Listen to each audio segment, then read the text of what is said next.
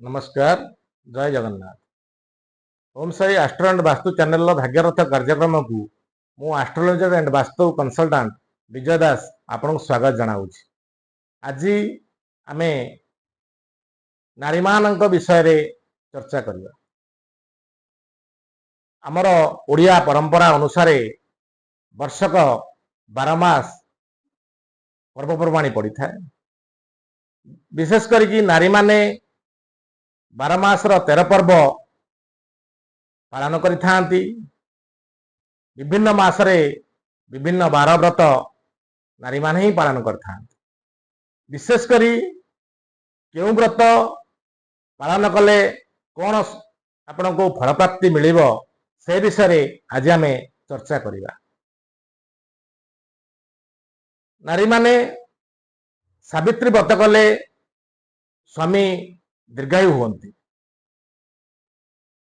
पुत्र प्राप्ति एवं रोगनाश पाई नारी माने बुधेई ओषा करिबा उचित।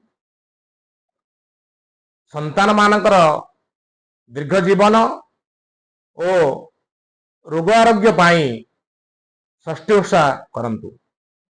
सेहीपरि सर्व सुख प्राप्ति पाई अनंत व्रत पालन कले महापुण्य होता है।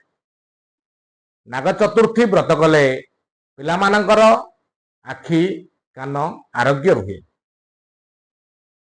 संतान मानकर मंगल पाई कांजीवाला व्रत सर्वोत्तम।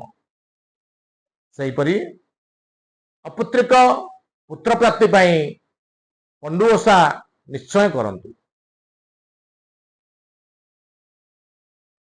दांड पहरा ओषा कले मध्य संतान प्राप्ति हुए। सर्व सौभाग्य प्राप्त पाई महिला माने सुदशा व्रत करंतु।